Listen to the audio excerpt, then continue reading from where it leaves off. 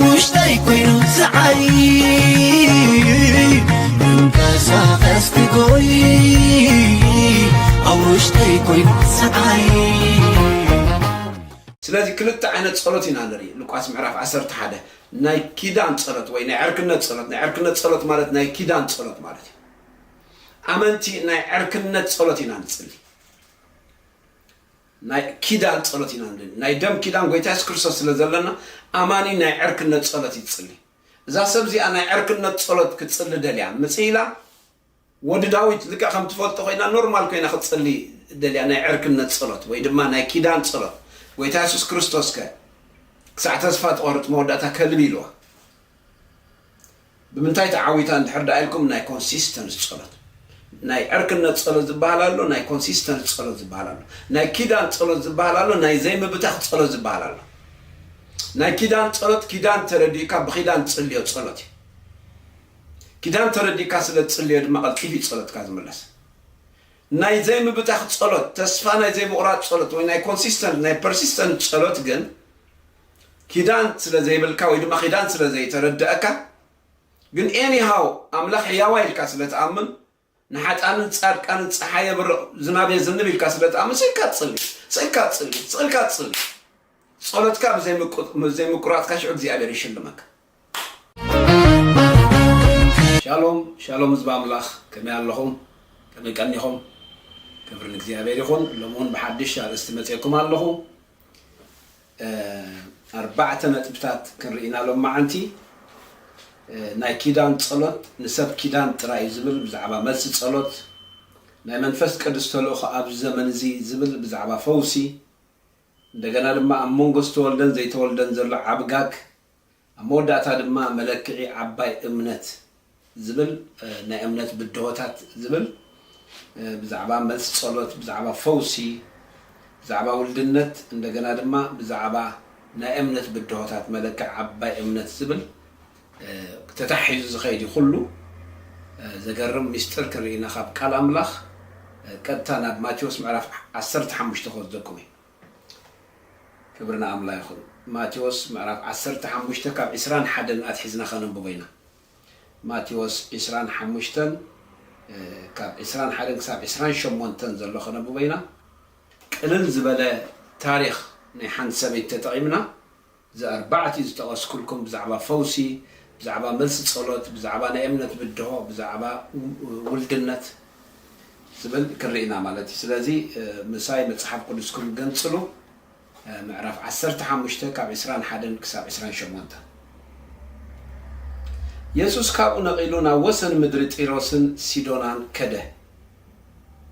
22 እንሆ ድማ ከነኣናዊት ሰበይቲ ካብ ወሰንቲ ምድሪ መጸት እናጨርሐት ድማ ጎይታይ ወዲ ዳዊት ንጓለይ ጋኔን ብኹፍዕ ሒዝዋ ኣለሞ መሓረኒ በለት ንሱ ግና ሓንቲ ቃል እኳ ኣይመለሰላን ደቂ መዛሙርትኻ ቀሪቦም ደድሕሬና ትጸርዕ ኣላ እሞ ኣፋንዋ ኢሎም ለመንዎ ንሱ ግና ብዘይ ናብተን ጥፍኣት ኣባጊዕ ቤት እስራኤል ኣይተለኣኽኩን ኢሉ መለሰ ንሳ ግና ጎይታ ይርድኣን እናበለት መጺኣ ሰገደትሉ ንሱ ከዓ መለሰን ጌራ ውሉዳ ኢልካ ንኽላባት ማሃባ ይግባእን ይበላ ንሳ ግና እወ ጎይታይ ኣኽላባት ድማ ካብ መኣዲ ጎይተቶም ዝወደቐ ርፍራፍ ይበልዕም እሞ በለት ሽዑ ኢየሱስ እቲ ሰበይቲ እምነትካ ዓባያ ከም ዝደለኸዮ ይኹነልኪ ኢሉ መለሰላ ካብታ ሰዓቲ ጓላ ሓወየት ብለና ክብርን እግዚአብሔር ይኹን ስለዚ ከምቲ ኣቐዲመ ዝበልኮት መጀመርያ ንሪኦ ናይ ኪዳን ጸሎት ንሰብ ኪዳን ጥራይ እዩ ዝብል ሓሳብ ኢና ክርኢታ መጀመርያ ጥቕስ 21 ዘላ ማለት እዩ ክሳብ ጥቕስ 23 ስለዚ ክብርን እግዚአብሔር ይኹን ናይ ኪዳን ጸሎት ንሰብ ኪዳን ጥራይ ሓደ ግዜ ካብቲ መልሲ ጸሎትና ዘይምለሰሉ ሚስጥር ብምርዳእ ኪዳን ስለ ዘይንጽልይ መብዛሕትኡ ጸሎትና ከይጸለና ያኸለና ኣብ ኣምላኽ ዝተፈልጠ እዩ ከይጸለና ያኸለና ድማ ኣብ ኣምላኽ ዝተመለሰ ክደግመ መብዛሕትኡ ጸሎታትና ከይጸለና ያኸለና ከይበልና ያኸለና ኣብ ኣምላኽ ዝተፈልጠ እዩ እንደገና ድማ ከይጸለና ያኸለና ከይበልና ያኸለና ድማ ኣብ ኣምላኽ ዝተመለሰ ስለዚ أب أملاخ نستفلت صلوتنا نصلي كان أيدما أب أملاخ نستملست صلوتنا بصلوتنا نحلله زقرني أبتقال كنرينا درو بأملاخ استملست صلوت جن بصلوتنا نحلله مخنياتو بزي مردع سلن تصل مالتي سلازي كنت تصل خلنا كل جزء كلتا نقدر نستوعب نتوى حدا اتحادة أفنا خي كفتنا خلنا جنا متصلاي كجمرنا خلنا صلوتنا أب أملاخ فلوتيو كان أيدما كي تصلنا خلنا أب أملاخ صلوتنا ملوسيو كبرنا كتير هيرهم زقرني سلازي إنا كل جزء صلوتنا بمسجانا خنجمر زلنا سلازينا مسجانا خنرس عليه بلنا سلازينا بمسجانا جميرنا بمسجانا خنود زلنا سلازينا ناي مسجانا سبات كنكون زلنا كبرنا كتير هيرهم نمنتاي قداماي እግዚአብሔር ጸሎትና ከይጸለና خلنا ጸሎትና ይፈልጠዩ ካል አይድማ ከይጸለና خلنا ጸሎትና ሙሉሲ ናይ ነፍስ ወከፍ አማኒ ኩሉ አይነት ጸሎት ከይጸለና خلنا ጸሎትና ሙሉሲ አመስቀል ጌታ ኢየሱስ ክርስቶስ ኩሉ ነገር መስወደ ተፈጸመና የሚባሉ ሚስጥር ንሲ ተፈጸመ ማለት ኩሉ ነገር ተፈጸመ ማለት ናይመን ናተይ እናትኩምን ناي كله بكريستوس يسوع زدحنا أماني كبرنا أملا يخون تفتسم مالت تملس مالتي تفتسم مالت زجود اللي إلن مالتي تفتسم مالت كومبليت مالتي تفتسم مالت شالوم مالتي كبرنا እግዚአብሔር يخون شالوم مالت كومبليت مالتي سلام مالت رأي كلنا بتنا نا إبراهيم سلازي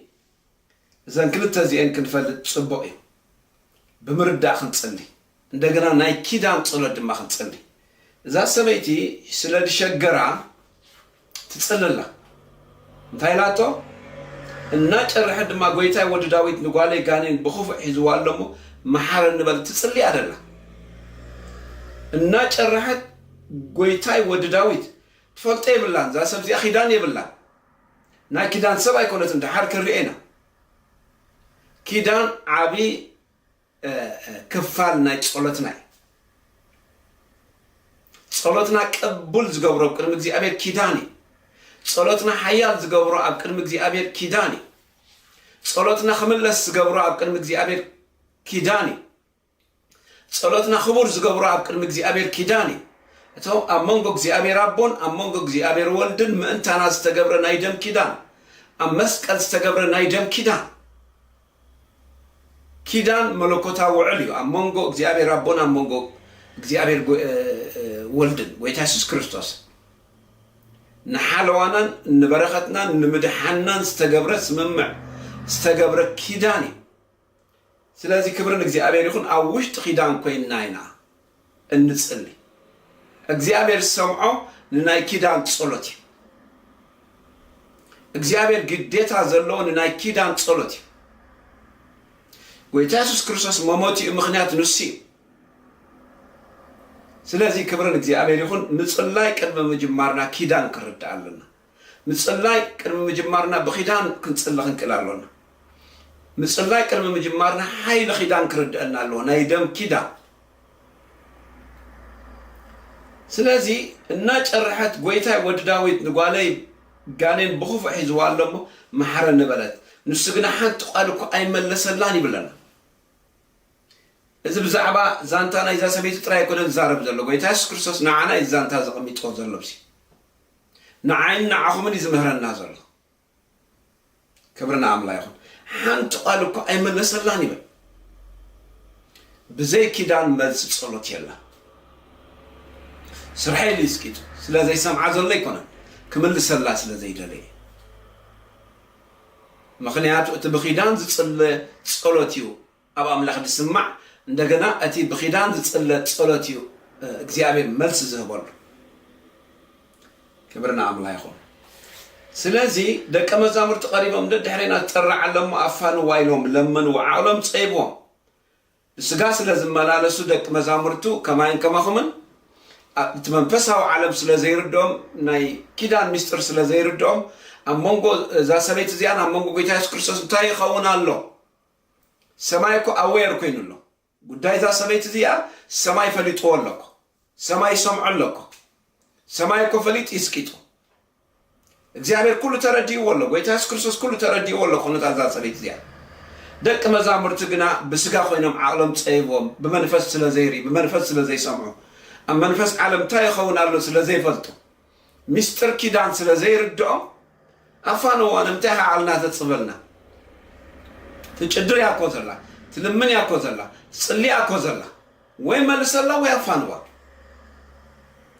ጎይታ ኢየሱስ ክርስቶስ እንታይ ይመልስሎም ንሱ ግና ብዘይ ናብተን ጥፉኣት ኣባጊዕ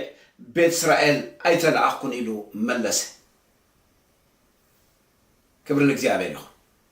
ንሱ ግና ብዘይ ናብተን ጥፉኣት ኣባጊዕ ቤት እስራኤል ኣይተለኣኽኩን ኢሉ መለሰ ብሚሽን ይመጽእ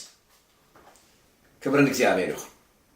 ብሚሽን ይመጽእ እታ ካልአይቲ ንሪኣ ዘለና ናይ መንፈስ ቅዱስ ተልእኾ ኣብ ዘመን እዚ ትብል እያ እታ ቀዳመይቲ ዝረኣናያ ናይ ኪዳን ጸሎት ንሰብ ኪዳን ጥራይ እዛ ሰብ እዚኣ ናይ ኪዳን ጸሎት እያ ትጽሊ ዘላ ግን ንሰብ ኪዳን ጥራይ ንዓይን ንዓኹምን እዩ ነቶም ብክርስቶስ ኢየሱስ ዝደሓና ነቶም ኪዳን ዘለና ኣብ ብሉይ ኪዳን ተነርካ ናይ ብሉይ ኪዳን ክልወካ ኣለዎ እቲ ንኣብርሃም ዝኣተወ ኪዳን እቲ ንኢሳቅ ንያዕቆብ ዝኣተወ ኪዳን ክልወካ ኣለዎ ኣብ ሓድሽ ኪዳን ተኾይንካ ድማ ናይ ሓድሽ ኪዳን ክልወካ ኣለዎ ናይ ሓድሽ ኪዳን ክልወካ ኣለዎ ክትፅሊ እንድሕር ኮይኑ እዛ ሰብ እዚኣ ግን ናይ ሓድሽ ኪዳን እውን ኪዳን የብላን ምክንያቱ ጎይታ ኢየሱስ ክርስቶስ ገና ይሞተን ናይ ብሉይ ኪዳን እውን ኪዳን የብላን ምክንያቱ ካብ ኣሕዛብ እያ ስለዚ ብኪዳን ክትፅሊ ትኽእል እያ ጸሎታ ሓይሊ የብሉን ጸሎታ ተሰማዕነት የብሉን ጸሎታ መልሲ የብሉን ጸሎታ ብክርስቶስ ተነፂጉ ዋላ እንዳሰምዖ እንዳፈለጠ ከሎ ጸሎታ ነፂግዎ ንምንታይ ብኪዳን ኣይትፅልን ዘላ እዚኣ ካብ ብሉይ ኪዳን ኣይኮነት ካብ ሓድሽ ኪዳን ኣይኮነት ክብርና ኣምላኽ ይኹን ስለዚ ተኻለይቲ ንሪኣ ናይ መንፈስ ቅዱስ ተልእኾ ኣብ ዘመን እዚ ዝብል ምክንያቱ ጥቕሲ 24 ናይ ጎይታ ኢየሱስ ክርስቶስ ተልእኾ ኣብቲ ዘመን እቲ ኢና ንርኢ ገና ደሙ ከይፍሰሰ ከሎ ገና ኣብ ናይ ብሉይ ኪዳን ዘመን ከሎ ምክንያቱ ብሉይ ኪዳንን ጎይታ ኢየሱስ ክርስቶስ ኣብ ምድሪ ክሳዕ ዝሃለዎ ክሳዕ ኣብ መስቀል ዘይሞተ ደሙ ክሳዕ ዘይፍሰሰ ስቲል ብሉይ ኪዳን እዩ ዘሎ ወንጌላት ትራንዚሽን መሰጋገሪ ኣብ መንጎ ሚልክያስን ኣብ መንጎ ግብረ ሃዋርያትን ወንጌላት ትራንዚሽን መሰጋገሪ ኣብ ወንጌላት ዝፈሰሰ ደም የለን ስቲል ወንጌል ምስ ብሉይ ኪዳን ይለጊቡ ዘሎ ኣብ መንጎ ሓድሽ ኪዳንን ኣብ መንጎ ብሉይ ኪዳንን እዩ ዘሎ ትርባዕተ ወንጌላት ወይ ዛንታ ናይ ጎይታ ኢየሱስ ክርስቶስ መወዳእታ ናይ ብሉይ ኪዳን መጀመርታ ናይ ሓድሽ ኪዳን እዩ ወንጌላት ገና ደም ኣይፈሰሰን ሓድሽ ደም ኣይፈሰሰን ናይ ክርስቶስ ደም ኣይፈሰሰን ናይ ሓድሽ ኪዳን ደም ኣይፈሰሰን ስለዚ እቲ ናይ ብሉይ ኪዳን ደም ክሳብ ሕጂ ዝሰርሕ ዘሎ ስለዚ ኣብዚ ደም ክርስቶስ ዘይፈሰሰሉ ዘመን ኣብተን 3 ዓመትን ፈርቓን ናይ ምድሪ ዘመኑ ናይ ስጋ ዘመኑ ናይ ጎይታ ኢየሱስ ክርስቶስ ናቱ ተልእኾ ኢና ንርኢ ሚሽን ነይሩ እዚ ዘመን እዚ ናይ መንፈስ ቅዱስ ተልእኾ እዩ ናይ መንፈስ ቅዱስ ዲስፔንሴሽን እዩ እታ ኣብ መንጎ ሚልክያስን ኣብ መንጎ ግብረ ሃዋርያን ዝነበረት ግን 4 ወንጌላት ንሪኣ ግን ናይ ጎይታ ኢየሱስ ክርስቶስ ዲስፔንሴሽን እያ ናይ ስጋ ዘመኑ ዲስፔንሴሽን ወይ ናይ ስጋ ዘመኑ መሕደራ ወይ ድማ ናይ ስጋ ዘመኑ ዘመን እዩ ስለዚ ኣብቲ ናቱ ዘመን ኮይኑ ኣብቲ ናቱ ተልእኾ ኮይኑ ጎይታ ኢየሱስ ክርስቶስ እንታይ ኢልዋ ብዘይ ናብተን ጥፉኣት ኣባጊዕ እስራኤል ኣይተለኣኽኩን ኢሉ መለሰ እግዚአብሔር ብዘይ ሚሽን ኣይሰርሕን እግዚአብሔር ብዘይ ፎከስ ኣይሰርሕን እግዚአብሔር ከምቲ ዝመስለና ራንደምሊ ሰብ ረኺበ ኢሉ ኣይሰርሕን ብኺዳን ይሰርሕ ኣገልግሎቱ ብኺዳን እዩ ተልእኾ ብኺዳን እዩ ስርሑ ብኺዳን እዩ ምንቅስቃሱ ብኺዳን እዩ ዝምድኖ ብኺዳን እዩ ኩሉ ነገር ብኺዳን እዩ ስለዚ እዛ ሰብ እዚኣ ሰብ ስለ ዝኾነት ንእስራኤላውያን ስለ ትመስል መፂኡ ምስኣ ምንም ነገር ዝገብሮ ነገር የብሉ ብዘይ ናብተን ጥፉኣት ኣባጊዕ ቤት እስራኤል ኣይተለኣኽኩን ኢሉ መለሰ ክብርና ኣምላኽ ይኹን ኣብ ሮሜ ኸም ይብለና ሮሜ ምዕራፍ 15 ካብ 7 ክሳብ 8 ክርስቶስ ግና ነተስፋ ኣቦታት ከጽንዖ ጎይታ ኢየሱስ ክርስቶስ ናብ ምድሪ ዝመጸሉ መጀመርያ ዓላማ ተስፋ ኣቦታት ከጽንዕ ኪዳን ኣቦታት ከጽንዕ ናይ አብርሃም ናይ ኢሳቅ ናይ ያዕቆብ ናይ ብሉይ ኪዳን ተስፋ ከጽንዕ ይመጽእ رومينا نبدلنا رومي مرة 15 كاف شوعات كساف شمونت كريستوس نتصفى أبوتات كتصنعس ما أنت قال أملاخ أقل قال جزرت كم زخون بلوكم عن له كدغمي كريستوس نتصفى أبوتات كتصنعس ما أنت حكي أملاخ أقل قال جزرت كم زخون بلوكم عن له سلاد قويتاس كريستوس أبناي سجا زمنه أبناي مدر زمنه ناي جزرت أقل قال ينير ناي بولي كيدان أقل قال ينير سلازم ما كم تكرسوس بخبر أملاخ تقبلكم نحد حدكم تقبلوا لنا كبرنا أملا يقول سلازي لك كم تي بسجا زمانو ناي مدر زمانو قويت يسوع كريستوس تلوخو سبيسيفيكس نبرة تلوخو زفلز نبرة نمن خيد نمن فوس مسمن الرخب مسمن زمدون قبر من يمثل كيدان زلوا من يمثل فوس زلوا زفلز نبرة عبز الزمن زدما منفس قدس تلوخو له كبرنا እግዚአብሔር ይሁን መንፈስ ቅዱስ ኢሉ አይሰራህኒ መንፈስ ቅዱስ ኢሉ አይፈውስኒ መንፈስ ቅዱስ አካል ስላሴ መንፈስ ቅዱስ አምላኺ መንፈስ ቅዱስ ስብዕና አለው መንፈስ ቅዱስ አባና ይዝነብር መንፈስ ቅዱስ ዓላማ አለው መንፈስ ቅዱስ ተልእኮ አለው ልክ ከምቲ በምድሪ ከማላለስ ከሎ ጌታ ኢየሱስ ክርስቶስ ተልእኮ ዝነበሮ መንፈስ ቅዱስ ድማ ኣብዛ ዓለም እዚ ኣለው መኽነብር ከሎ ምሳና ተልእኮ አለው ምስመን ረኸብ ይፈልጥ أمن نبر فلتي نمن تنكف فلتي نمن فوس فلتي مسمن الزامد فلتي من مسل الله يفلتي من نايدم كيدان الله يفلتي من يولد أملاق يفلتي سلازينا بهزمر الدعاء خنصل زلنا كم تقدمنا زبلنا نايدم كيدان تردينا خنصل تراي زيكون وي حيل دم كيدان تردينا تتقمت نايت دم كيدان ابصلتنا خنكون تراي زيكون سي منفس قدس تردينا ونكنصلي ناي منفس قدس تردينا خنصلي ناي منفس قدس مانن تردينا خنصلي ناي منفس قدس سبعنا تردينا خنصلي ناي منفس قدس فوكس تردينا خنصلي ناي منفس قدس دلي تردينا خنصلي كبر እግዚአብሔር ይሁን አብዝንታ ይዝብላ ዘሎ ናብተን ጥፋት አባጌ ቤት እስራኤል بزي ናብተን ጥፋት أباجي بيت إسرائيل أيتلاخكن ناب إسرائيل أيتلاخ ناب أيهوداوين تلاخ كيدان ناب زلوا حزبي تلاخ كيدان نزلوا حزبي زفوس مس كيدان زلوا حزبي ززامد كيدان زلوا حزبي مسل زلوا كبرنا عمل أيوه من فسق قدس كأس السامي الزمن سي كومي زبلنا زام ترجع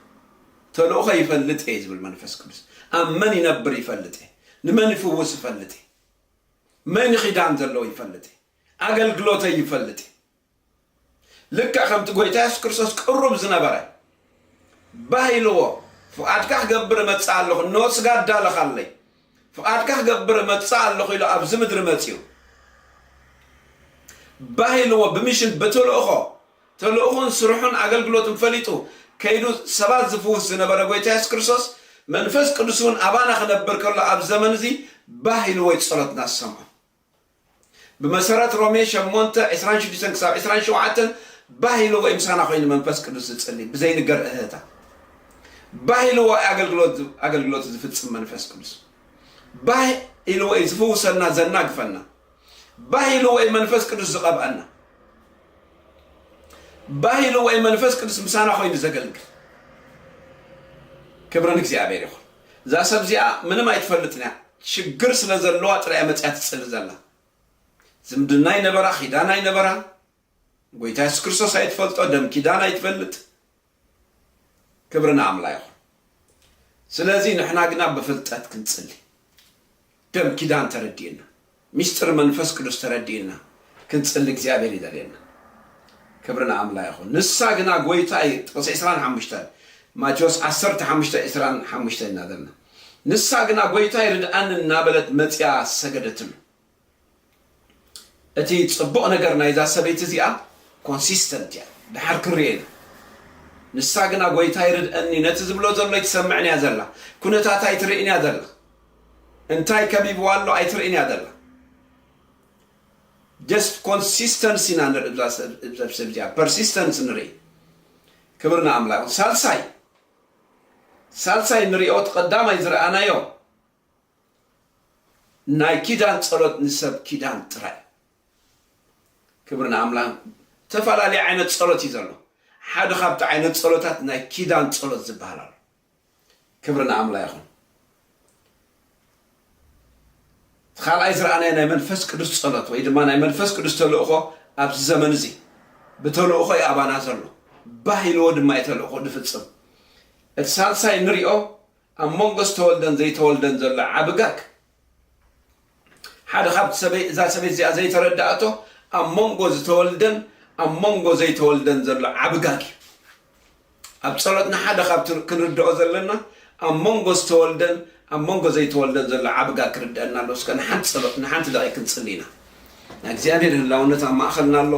መንፈስ ቅዱስ ኣብ ማእኸልና ኣሎ መሊሹ ኣብ ማእኸልና ክውሕስ ቃሉ እናተዘርበ ከሎ ክፍውሰና ከናግፈና ከበርትዐና ከተስአና በእምነት ሓንቲ ደቂቕ ክንጽሊ ኢና ክብሪ ንእግዚአብሔር ይኹን ብሩኽ መንፈስ ቅዱስ ተመስገን ኣብ ማእኸልና ስለ ዘለኻ ተመስገን ስለ ህላውነትካ ተመስገን ትረድአና ስለ ዘለኻ ተመስገን ተበርትዐና ስለ ዘለኻ ተመስገን ተተስአና ስለ ዘለኻ ተመስገን ስለ ሓይሊ ኺዳን ተመስገን ስለ ሓይሊ መንፈስ ቅዱስ ተመስገን ስለ ሓይሊ ጸሎት ተመስገን ስለ ጥበብካ ፍልጠትካ ምሕረትካ ጸጋኻ ለውሃትካ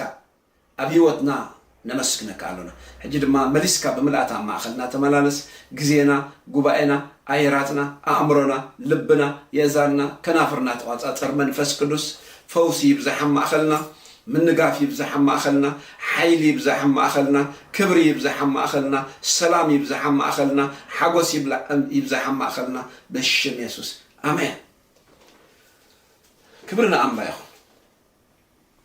ስለዚ ኣብ ጥቕሲ 26 ከምዚ ኢልዋ ንሱ መለሰ እንጌራ ውሉድ ኣልዒልካ ነኽላባት መሃብ ኣይግባእን ኣብ መንጎ ዝተወልደን ዘይተወልደን ዘሎ ዓብዪ ጋግ ክብሪ ንእግዚአብሔር ይኹን ካብቲ ሓደ ብዙሕ ነገር ዘድክመና ዘሎ ንኣመንቲ ኣብ ዘመን እዚ ክሪኦ ከለኹ ሓደ ካብቲ ብዙሕ ኮንፊዝ ዝገብረና ዘሎ ሓደ ካብቲ ተጠቀምቲ ናይ ኪዳን ከይንኸውን ዝገብረና ዘሎ እዚ ኣብ መንጎ ዝተወልደን ዘይተወልደን ዘሎ ዓብጋግ ስለ ዘይርድአና እዩ ኣተሓሳስባና ኣዘራርባና ኣነባብራና ኩሉ ክረአ ከሎ ልክዕ ከም ህዛብ እዩ ልክዕ ከም ተራ ሰብ ኣመንቲና ንብል ግን ብዙሕ ተራ ነገር ዝበዝሐ እቲ ህይወትና ኣዘራርባና ኣካይዳና ኣተሓሳስባና ተስፋና ክሪኦ ከለና ንምንታይ ኣብ መንጎ ዝተወልደን ዘይተወልደን ዘሎ ዓብጋግ ስለ ዘይርድአና ንፁርነት ስለ ዘይብልና ኣብዚ ነገር እዚ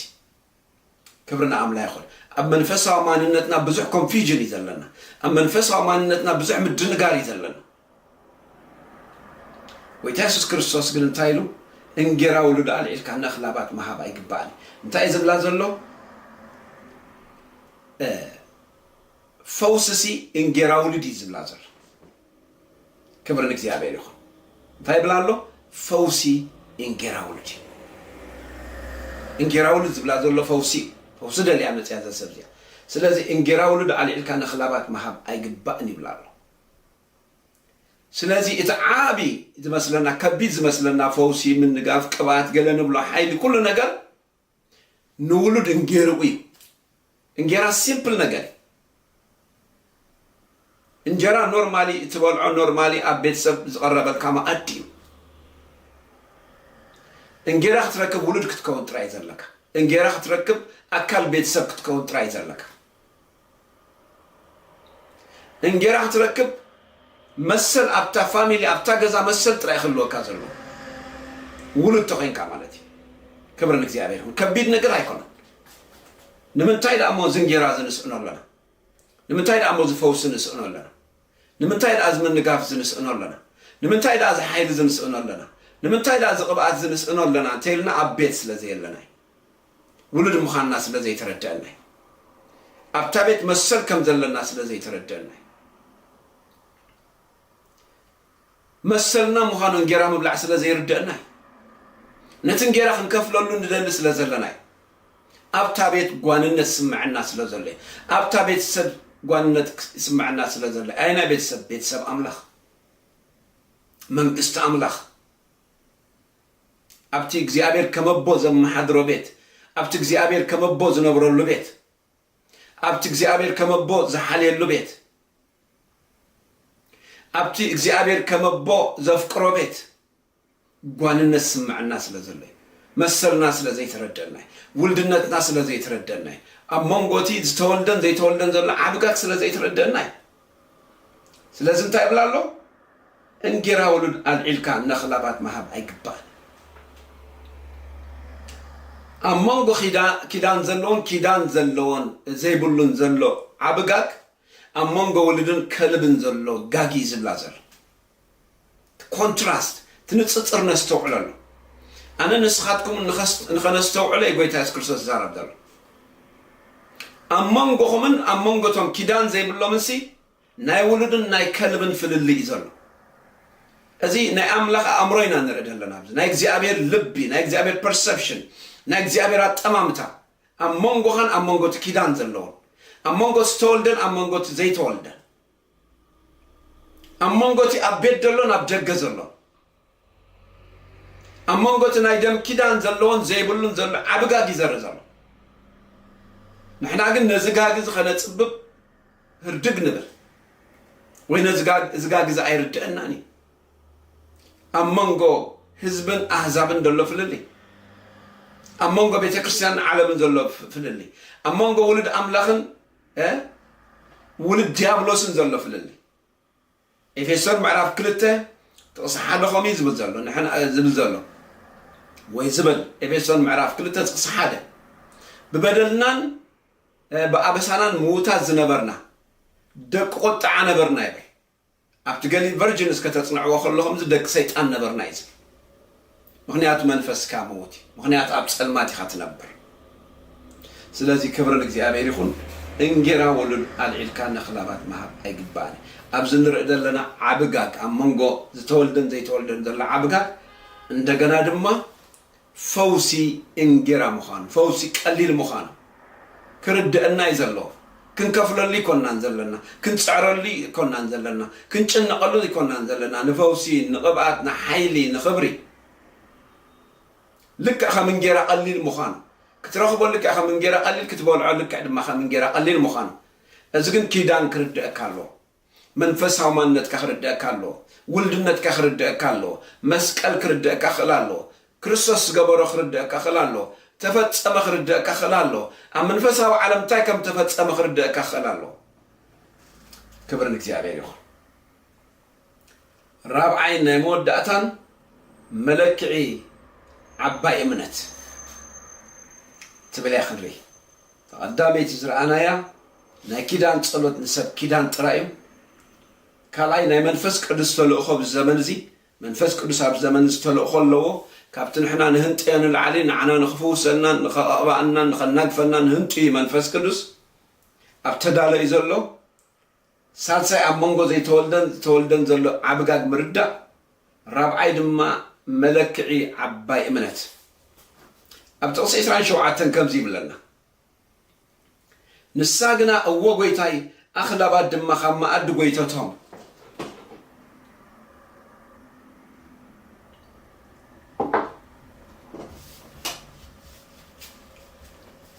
ንሳ ግና እዎ ጎይታይ ኣኽላባት ድማ ካብ መኣዲ ጎይተቶም ዝወደቐ ርፍራፍ ይፈልዕዮም እሞ በለት ክብሪ ንእግዚአብሔር ይኹን ርኢኹም ከልቢ ክብላ ጀሚሩሲ ኦፈንድድ ኣይኮነት ኣብ ዘመን እዚ ካብቲ ሓደ እግዚአብሔር ክጥቀመልና ዝሽግሮ ነገር we are ready for offense easily offended ኢና ብቐሊል ኢና ንዕንቀፍ بقليل نسنبد بقليل نفرح بقليل نقيم بقليل نحرق بقليل نتشنع نقر تزي كويدلنا نسب تزي تسامعنا حالا نقر نحر قوديلنا كالتفنا نعنكف كالتفنا نقيم كالتفنا نحرق كالتفنا حمق نزارب كالتفنا تصفى نقرط كالتفنا نفرح سلازي قويتا يسكرسوس دقاقيمو اي تفرح اي تفرح اي تفرح اي تفرح دبل تاي مالتي اي تتشنع اي تحرق حما اي تزارب تسفاي تقرص امان تصلي قتل تواقع املاك اموني مالتي إذا كله أبزا سبزي أينا نريز سلازي أمودات عبا إمنت إلوا إمنتك عبا إلوا قويتا يسوع كريستوس كبرنا أم لا يخون إمنتك عبا إلوا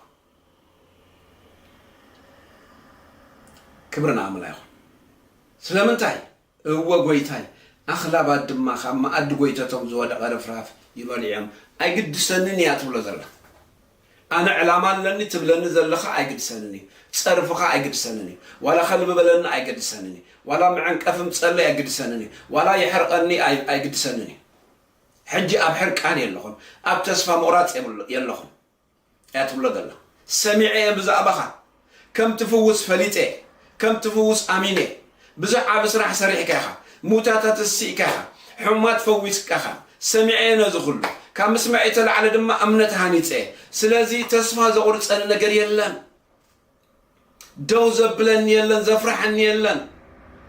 زقيمن نجر يلن كل نجر كم وقاي قطرني حج أنا زد الحج فوسي أنا زد الحج كبقاتي أنا زد الحج من نقافي أنا حج زد اللوتيو أنا حج زد اللي كفني أنا حج زد أبي وتك السريعة بالدلة كبرنا كتير عليه سلازي يسوس قويتاي حدا خابتي أمنتك عبايا يلون عين عهم እግዚአብሔር زي مسكرنا مخنيات بقليل سلان عنكافي بقليل سلان سنبدي بقليل سلان فرح بقليل سلان بكي بقليل تصفى سلان قرصي بقليل سلان قيامي لبنا بقليل بغفو نقر سلان تحزي أمنت تبعات تدليا أمنت حاقوس تدليا أمنت سلام تدليا أمنت محرد تدليا أمنت تصفى زي مقرات تدليا أمنت زي معنكاف تدليا أمنت زرعات تقول ري الشلل مبال تدليا كسرع تقوين أمنت مالتي أمنت عم محرد يسرع أمنت عم مسقان يسرع أمنت أب حاقوس يسرع أمنت أب سلام يسرع أمنت يقرم مبال يسرع أمنت قول عام مخان يسرع أمنت عشاء أم مخان يسرع كبرنك يا أبي أخو سلازي هو قويتا أخلا بعد ما خم أد قويتا توم زود أرفراف إبال ينبلت شريس أتسبيتي ابنتك عبايا كم زدل خي يكون الكيلو إلى ملس الله كاتا ساعتيا قوالا حويت لنا كبرنك يا أبي أخو سلازي بزحنا قرينا نمهار أبزي أبزانا يمور داتا بحلفي consistence نمهار persistence نمهار أبتا ملكي عباي ابنت ناي عباي ابنت ملكي consistency persistence تسفى زي مورد مقصال كمتي أم عراف 10 شمونته لقاس كم حدك ساب شمونته زبلو كي باتخ كامل صلاي كي تحلل كامل صلاي تسفى خي قرط كامل صلاي كي فرح كامل صلاي دقاقيم كامل صلاي تسفى بزي بلو متصلاي مز صلوت بزي بلو متصلاي أبز دونغي نقر متصلاي عمد متصلاي زمن كاملو متصلاي صلوت صلوت صلوت صلوت صلوت صلوت شعو منم نقر كوان تزي تردعكم صلوتكم تزي قارتكم كنت صلوتكم كملسي زبدالله persistence سمالتي consistence سمالتي زي مبتخ سمالتي لقاس أسرت حدا خان ببيمو بأخودي لقاس أسرت حدا كاف شديش تكساف شمونت بلوم دما مني خبخاتكم عرك زلو فرق عليتنا أخيلو عركي فتاو خاب مقد متيونس زقرب لوسي إنا مو سلستن جرى على كحن تبلو اتخ أخا وش تملسو أيتد كماني حج معات أتشجري لك إيك أمساي أو عرات يمزلو تنسي أخبك يكون الليل يبلو عركوس لو زخون خبو كان تزي تنسى من تدك أسكي كل إلو يتنسى أمو زجاليو يهبو لكم الله كبرنك يا أبي سلازي كلت عينت صلوتنا نري لقاس معرف 10 حدا ناي كيدان صلت وين عركنا صلت ناي عركنا صلت مالت ناي كيدان صلت مالت أمنتي ناي عركنا صلتنا نصلي ناي كيدان صلتنا ندل ناي دم كيدان قويتا يسكرسوس لزلنا أماني ناي عركنا صلتي تصلي إذا سبزي أنا عركنا صلت كتصلي دليا مسيلا ود داويت لك خم تفوت خوينا نورمال كوينا ختصلي دليا ناي عركنا صلت ويدما ناي كيدان صلت قويتا يسوس كريستوس ك ساعة تسفات أورت موداتا كلبيلو بمنتاي تعاويتا نحرد لكم ناي consistent صلت ناي عركنا صلت زبالالو ناي consistent صلت زبالالو ناي كيدان صلت زبالالو ناي زي ما بتاخد صلت زبالالو ناي كيدان تصلت كيدان ترديكا بخيدان تصلي تصلت كيدان ترديكا سلت تصلي ما قلتي تصلت كاز ملس ناي زي ما بتاخد تصلت تسفى ناي زي مقرات تصلت وين ناي كونسيستنت ناي بيرسيستنت تصلت جن كيدان سلا زي بالكا ويدما كيدان سلا زي تردأكا جن اني هاو املاح يا وايل كاسلت امن نحات ان تصارق ان صحايه بر زنابي زنبي كاسلت امن سيكات تصلي صلاتك زي مقرات كاش እግዚአብሔር ይሽልመክ ሪዋርድ ይገብረክ ከምዛ ሰቤት እዚያ ዛ ሰብዚያ ናይ ዕርክነት ጸሎት አይኮነት እንጸልያ ተስፋ ናይ ዘይ መቅራት ጸሎት ያጸልያ ናይ ዘይ መዕንቃፍ ጸሎት ያጸልያ ምሕረት ናይ ምግባር ጸሎት ያጸልያ ክብርን እግዚአብሔር ይሁን ዓርኩ ስለዝኾነ ክቦኳ እንተ ዘይተንሰ ምእንቲ ድቃስከይ ከልኦ ኢሊትንስእሞ ዝደለየ ይህቦ ለኩም ኣለኹ ለና ክብርን እግዚአብሔር ይሁን ክንጽሊና ወዲና ኣለና ፈውስ ዘድልየኩም ክንጽሊና ራይትና ምንጋፍ ዘድልየኩም ሰላም ሓጎስ ማንኛውም ጸሎት ኣብ ህይወትኩም ዘለኩም ክንጽሊና በእምነት ክብርን እግዚአብሔር ይሁን መንፈስ ቅዱስ አሎ ማእኸልና ብሽም ጎይታ ኢየሱስ ክርስቶስ ክንጽሊና እግዚአብሔር ካ ማእኸልና ኣብ ህይወትኩም ኣብ ቤትኩም በኃይል ክሰርሕ ብሩኽ መንፈስ ቅዱስ ነመስግነካ ኣለና ስለ ቃልካ ተመስገን thank you Jesus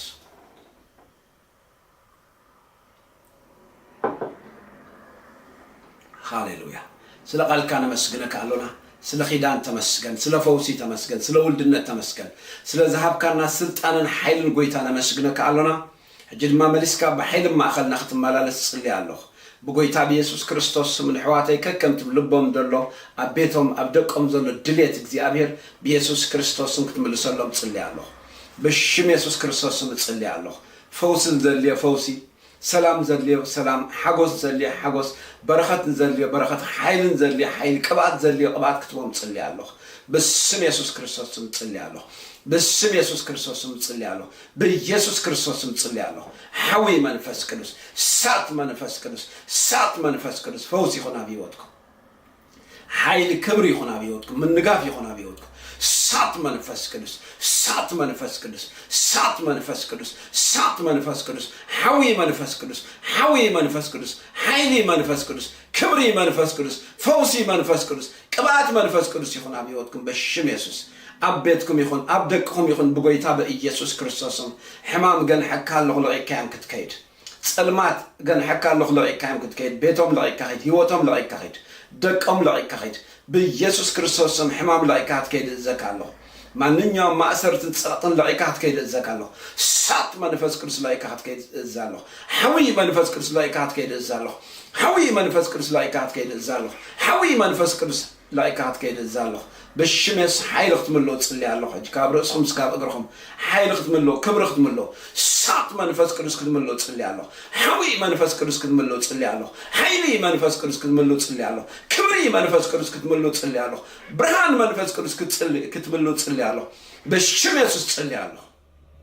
بالشمس تصلي على الله بالشمس تصلي على الله بالشمس تصلي على الله بالشمس تصلي على الله بالشمس تصلي الله كاب كناتكم لعل كتبلو ناب كبر لعل كتبلو بقولت أبي يسوع كريستوس ناب حيل لعل كتبلو ناب فوسي ناب بركة لعل كتبلو بقولت أبي يسوع كريستوس تصلي الله نايك قال دقيقهم يكفت ناي من باب دقيقهم يكفت ناي تصلي دقيقهم يكفت بيسوع كريستوس يكفت بيسوع كريستوس تعاطوا زبالة يكفت بشم يسوع تنقل أباخم ما يسرحني مارت أباخم ما يسرحني أسمات أباخم ما يسرحني دقمت أباخم ما يسرحني نايزر منفس أباخم ما يسرحني سات منفس كرس يسرحني حوي منفس كرس يسرحني حوي منفس كرس يسرحني حوي منفس كرس يسرحني بشم يسوع برخاتي